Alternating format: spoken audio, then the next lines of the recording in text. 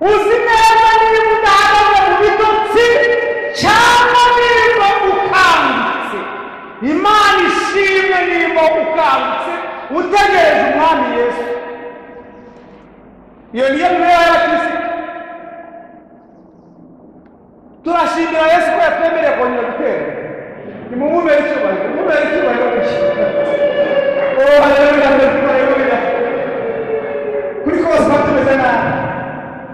Ibitotsi byari bitubera nabi, n'ubwo wakwihagarara nawe byakugeze.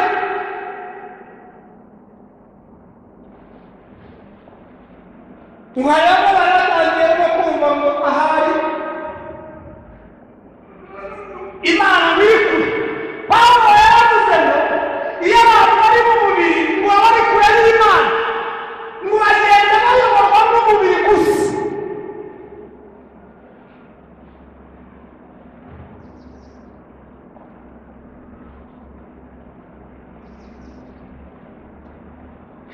Ibi bitotsi rero, ibitotsi ni byinshi twavugaho bikeya. Wabiva ukabura kwambutsa nawe ubundi kandi ibitotsi ntabwo byagutinya n'ubwo waba uri umugabo ufite ubwanwa. Ntibigutinya n'ubwo waba uri umudamu munini cyangwa muto muto. Ntibyagutinya uko waba umeze kose. Ibi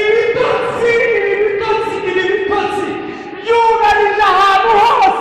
Biragusaba kureba aho wavuye hanyuma ukongera ugafata ingamba zo gukanguka. Naho ubundi ibitotsi bimeze nabi.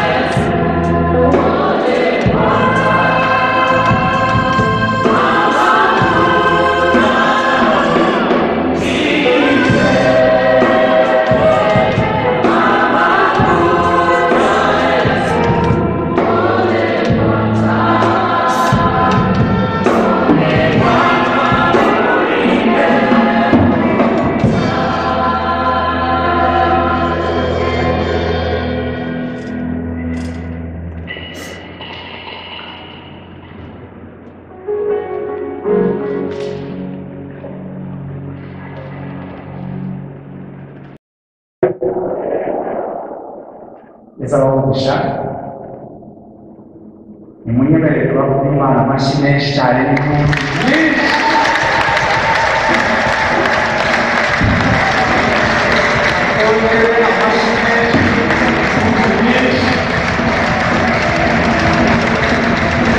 Amen. Imana ishimwe, Imana ishimwe. Vuga ngo Imana ishimwe.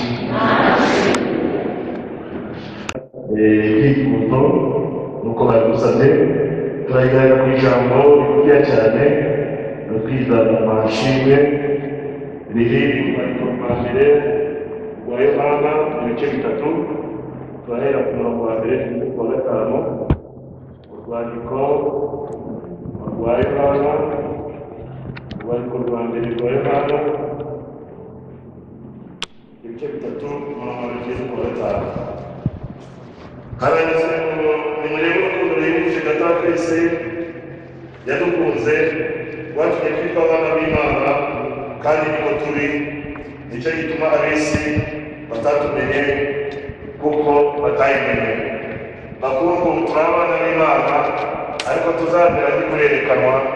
Icyakora icyo tuzi ni uko Yesu niyerekanwa tuzasa nawe, kuko tuzamureba uko ari, kandi dufite ibyiringiro muri we yibonezeye nk'uko aboneye.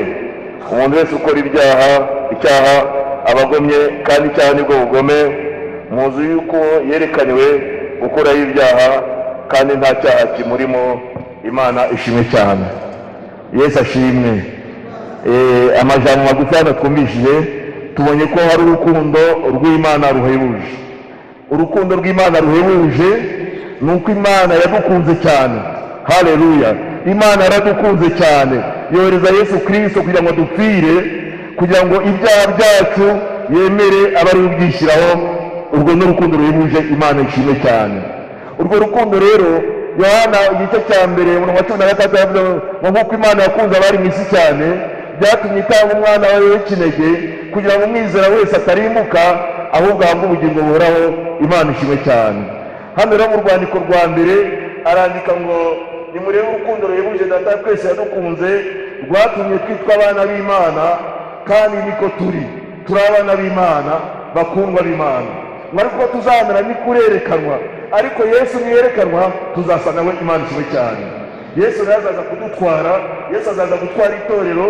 Ubwo impanda izavuga, abapfiriye muri Kristo Yesu nibo bazabanza kuzuka, natwe abazaba bakiriho duhite duhindurwe tumusanganire mu kirere, tuzabana n'umwami wacu iteka ryose. Ubwo nibwo mu ijuru hazaba umunezero mwinshi cyane. Abamarayika bazaba bafite amatsiko yo kureba umugeni wa Yesu, kuko tuzaba dusa na Yesu. Imana ishimwe cyane. Azaba ati mbese bariya ni bande? Ati bariya ni babandi bavuye mu itorero ryo ku isi, ni babandi baba umugeni wanjye nacunguje amaraso y'igiciro cyinshi. Abo ngabo rero bazaba basa na Yesu. Mwene data rero, muri iki gitondo cy'uyu munsi wiboneze nk'uko aboneye, kuko Yesu araboneye. Ntabwo ari kimwe n'abana b'abantu bahora banduzwa n'ubusabusa. Yesu we araboneye, ntabwo wiboneze nk'uko aboneye. Imana ishimwe cyane. Umuntu wese rero ukora icyaha aba agomye, kandi icyaha ni ubugome, kandi Yesu yerekanye gukuraho ibyaha. Niba ari mazi wose kandi uremerewe, Yesu arakubona muri iki gitondo. Mwene data, ufite ibibazo byinshi, ufite ibintu byinshi byakugoriye, ariko Yesu arakwegera kurusha inyambaro wambaye kugira ngo akuruhure. Imana imufashe cyane. Yesu agira ngo akweze ibyaha byawe byose, agira ngo akwezeshe amaraso ye. Muri iki gitondo cy'uyu munsi umuhanga amaso. Yesu nashimwe cyane. Umushumba reka begere hino asenga Imana yishimira kuko uyu munsi mwiza Imana iduhaye. Wiboneze mwene data, wiboneze mu maraso ya Yesu. Yesu nawe igiye kukubabarira. Yesu atugerageza cyane. Amen. Reka dufate akanya ko gusenga dushingiye kuri iri jambo ry'Imana. Tumaze kumva byo gusengera ibyifuzo. Ibyifuzo dufite ni byinshi, kandi twese twabona ko tubirondora, ariko icyifuzo cy'ikindi Imana yashyize, ariko kandi turasubizwa twese. Umuntu akabaye nk'inyakabwenge, ariko ntihari, kubera yuko twe turagira uyu mugisha ko ariko tutararangiza gutungana. Noneho ariko hari inyakabwenge mu Kristo hano. Ubwo rero n'ahandi hose ko mugenda mwumva amakuru, ntabwo abantu bose baragirirwa uyu mugisha. Rero icyifuzo kiruta ibindi nacyo twagishyiramo, hanyuma tugasengera bya bintu dufite. Ntabwo ikiganza cyawe nyuma dusenga Imana. Uwiteka Imana yacu, mu izina ry'Umwami wacu Yesu Kristo, turi hano i Kamembe mu rusengero rw'Ibeteli. Turagushimye twebwe abana n'abaca ushimwe ko uyu munsi atari turaza kuba muri iri teraniro izina ryawe rihabwe icyubahiro. Igihe twatekerezaga no mu gihe twatekerezaga ntabwo ariko byagenze, ahubwo igihe cyari iki ngiki. Bityo rero wakire amashimwe yacu, kandi mwami Imana ubimutere no kwakira ibyifuzo byacu. Dufite ibyifuzo binyuranye bitandukanye bitewe n'umuntu n'undi, bityo rero ibyo byose mwami Imana tugiriwe umugisha wo kwinjira mu nzu yawe uyu munsi, kuko tuzi neza yuko hari icyo Salomo yayivuzeho ubwo yatahaga inzu yitiriwe izina ryawe bwa mbere.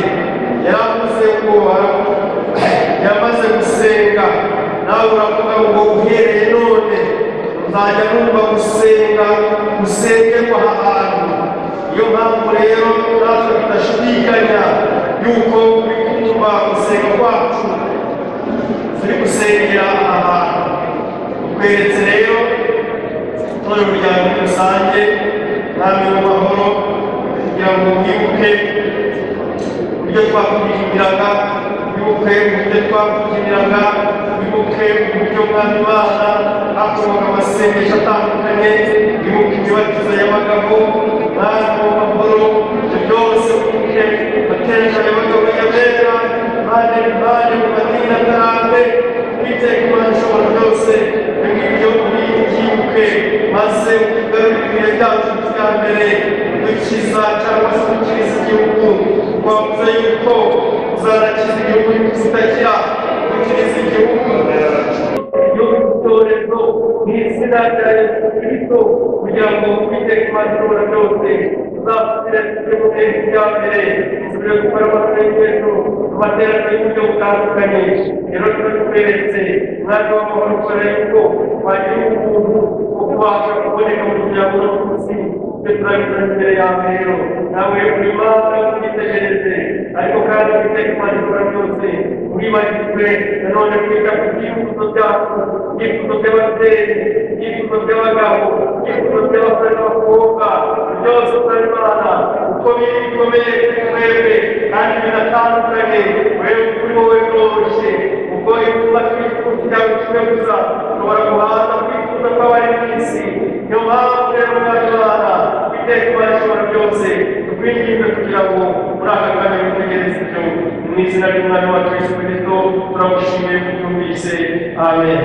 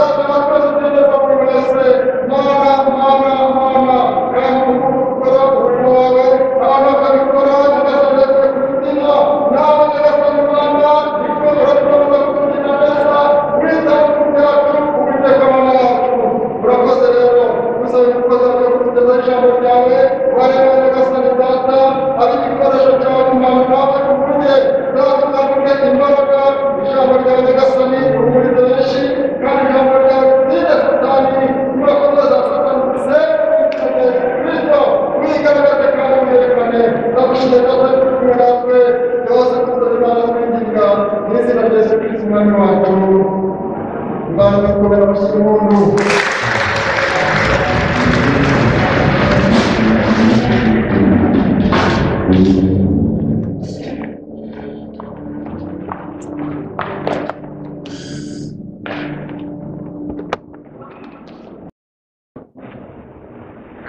turirimbe indirimbo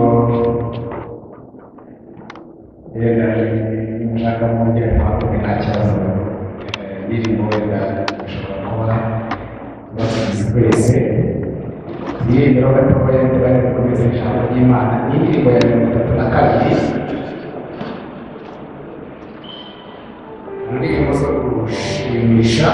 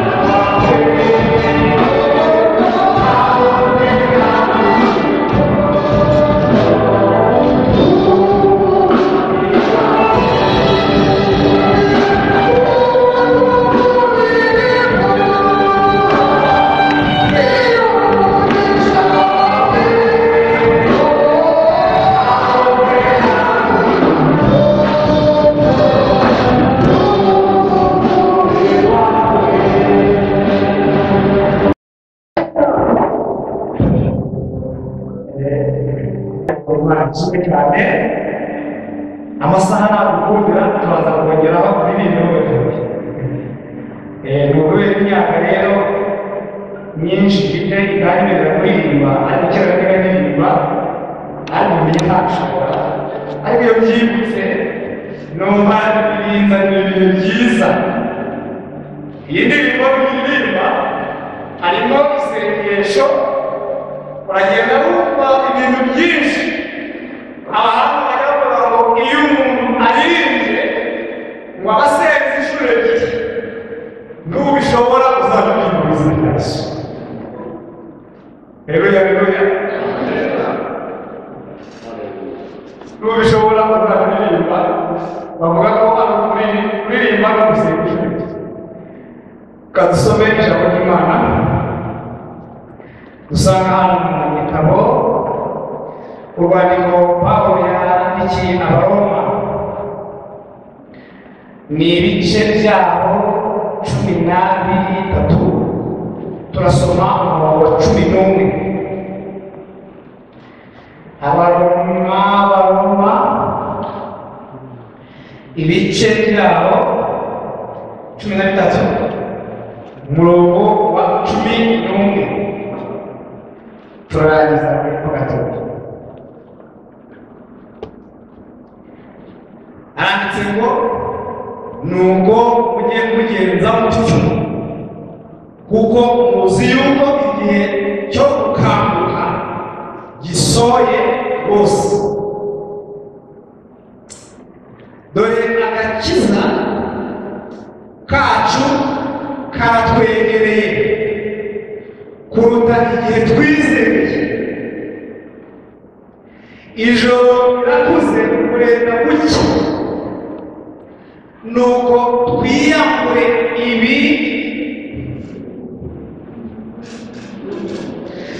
twiyambure imirimo y'umwijima twambare intwaro z'umucyo tugendane ingeso nziza nk'abagenda mu mucyo tutagira ibiganiro bibi tudasinda tudasambana tudakora iby'isoni nke tudatongana kandi tutagira ishyari ahubwo mwambare umwami Yesu Kristo kandi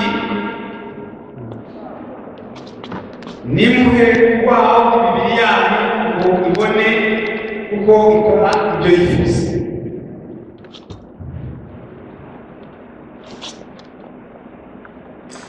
Iri jambo rero wenda intego yaryo sinavuga ibintu birebire cyane kugira ngo bisa naho bisobanutse. Pawulo uyu nguyu yandikiye Abaroma, abahanga bavuga yuko nta nubwo ariho yari ahubwo ngo yari ahantu yinjiye mu Bakorino, hanyuma abatumaho arababwira ko ababandikiye mu bice byaho bya mbere hari inyigisho agiye atanga, akazitanga ari inyigisho shingiro z'abakirisitu. Abantu basobanurira uburyo umuntu yakira agakiza gatangwa n'umwami Yesu n'imbaraga Yesu buri wese wizera uki. Ibyo bintu arabibasobanurira kugera mu gice cya 12, ageze aho arasobanura noneho ngo imibereho myiza y'abari muri Kristo Yesu. Ageze aho arabisobanura arababwira ati abantu bari muri Kristo Yesu hari ibintu bagomba kwirinda. Arababwira ati hari abantu bagize muri mitima ngo ntibirirwa ngo abandi basigaye bakora ibintu ngo nibita ku by'Imana. Arabivuga kugeza ubwo yageze mu gice cya 16 abereka uburyo abakirisitu bagomba kubaho.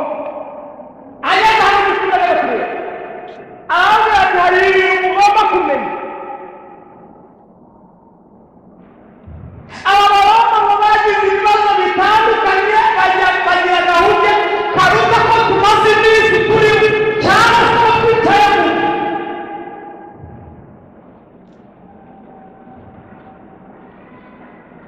bageze igihe nabo iby'Imana basa n'ababyihoreye.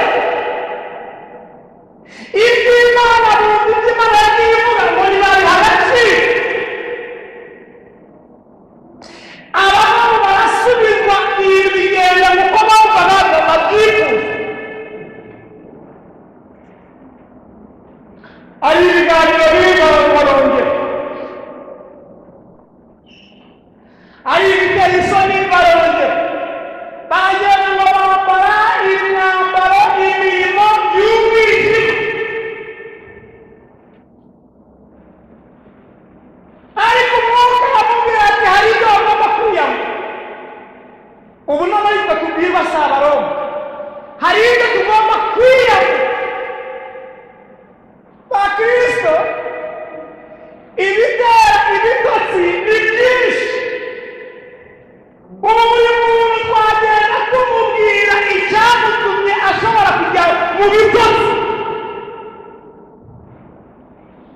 hari umuntu yakubwira ati ngewe nzongera gusenga ari uko bakinga insengero. Ubu twateranye biravuga ngo mukaziyemereze guteranira hamwe ariko gusenga kuzasenga buri munsi.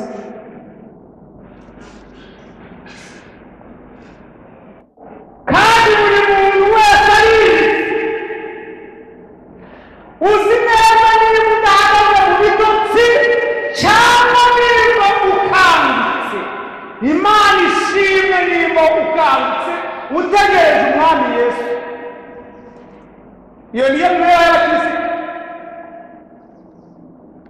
Turashimira Yesu ko yatwemereye kongera gutera. Nimumubere icyubahiro, nimumubere icyubahiro gushyira. Oh, haleluya, haleluya. Kuri kose batumeze nabi. Ibitotsi byari bitumereye nabi n'ubwo wakwihangana nawe byakugeze.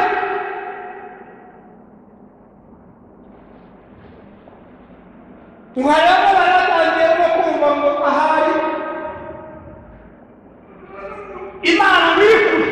Pawulo yaravuze ngo iyo abantu bari mu mubiri ngo baba bari kure y'Imana, ngo bagenda bayoborwa n'umubiri gusa.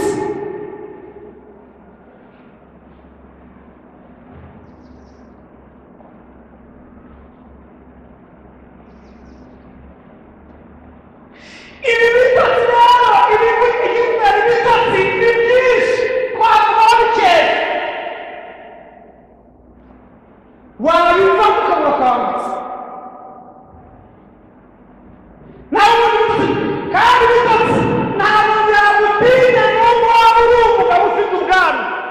Ntibigutinya n'ubwo waba uri umudamu munini cyangwa muto muto. Ntibyagutinya uko waba umeze kose. Ibi bitotsi byugarije ahantu hose. Biragusaba kureba aho wavuye hanyuma ukongera ugafata ingamba zo gukanguka. Aho ubundi ibitotsi bimeze nabi.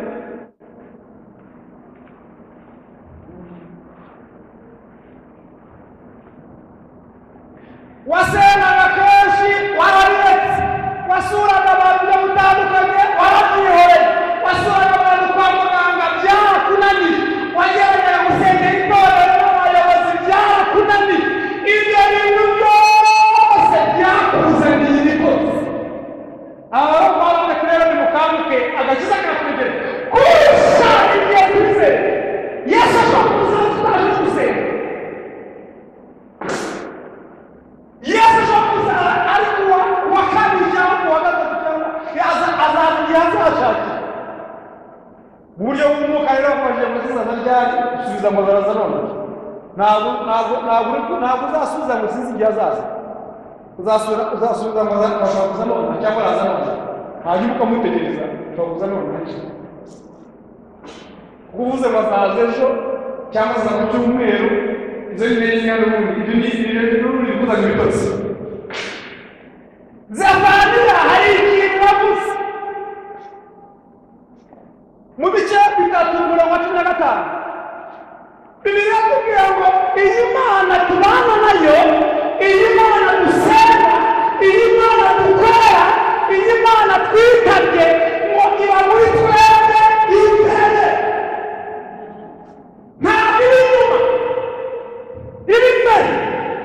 Ntabwo iri inyuma, iri imbere. Uzajyana nayo, uzikigali uri kumwe nayo, ugarukane nayo, ujyamane nayo, usangire nayo, ugendane nayo, ujya guhinga nayo, ujya gucuruza nayo.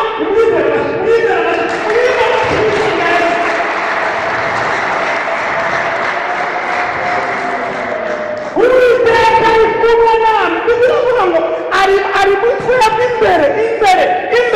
Zefaniya 15 uza kuhasoma. Uwiteka ari muri wowe imbere. Wabakiza ko baje gusenga. Izo ni ibitotsi. Hari abantu bari gutoka ko batora ni ibitotsi. Turi ibitotsi. Tashaka kumisa Yesu. Haleluya, haleluya, haleluya, haleluya.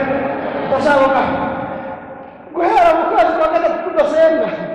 Abenshi mu bari babyihorera. Ariko icyifuzo ni icyo gukanguka.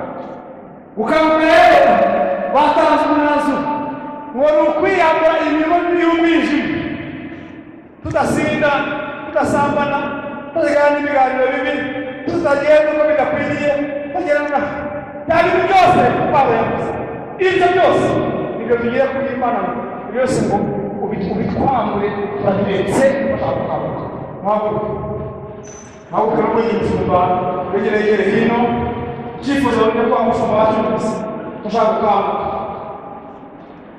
mwese ntabwo tubwire Imana ngo muri iki gihe twagize ibitotsi byinshi, wajya gusenga mu gitondo saa 9 nabyo byarakunaniye, wajya gusenga amasengesho y'iminsi inyuranye nabyo warabe. Ibyo ni ibitotsi byatumye rero imirimo y'umwijima ikuzenguruka. Turashaka gukanguka mu izina rya Yesu, turashaka gukanguka. Uwiteka ari muri twebwe imbere, ari mu rubyiruko rwacu imbere, bari kugenda baheta Imana niba muri mwebwe imbere. Zefaniya 15 kari mushiki Uwiteka Mana yacu, izina ry'Umwami wacu Yesu Kristo, tugarutse imbere yawe kandi Mwami Imana tugaruwe no kugushima kubera yuko ukiturengera kandi tuguhagazeho iminsi yose. Turi hano rero Mwami Imana twagira ubuntu bwo kongera guteranira imbere yawe, kandi iyo tugiriwe ubuntu ijambo ryawe riravuga ngo ninde waje imbere yawe wamana wagataha atakubonye. Iyo mpamvu rero muri uyu mwanya Mwami Imana bifuje yuko umuntu wageze hano imbere yawe wese akubona, akakubonera muri iri jambo umaze kumva umukozi wawe amaze kuvuga nawe ukamuhashisha izina rya Yesu Kristo. None Uwiteka Imana ishobora byose, reka umubyeyi warije bakubone, reka umugabo warije bakubone, reka umukobwa n'umusore bakubone izina rya Yesu Kristo.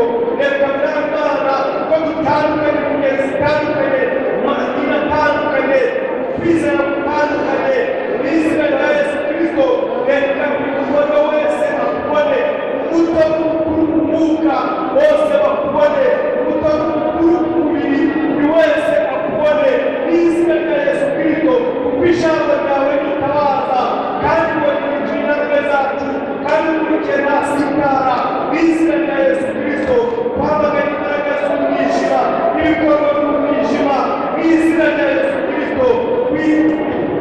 Twiragije kandi Imana twamagana imbaraga z'Umwuka Wera kugira ngo Uwiteka Imana ishobora byose.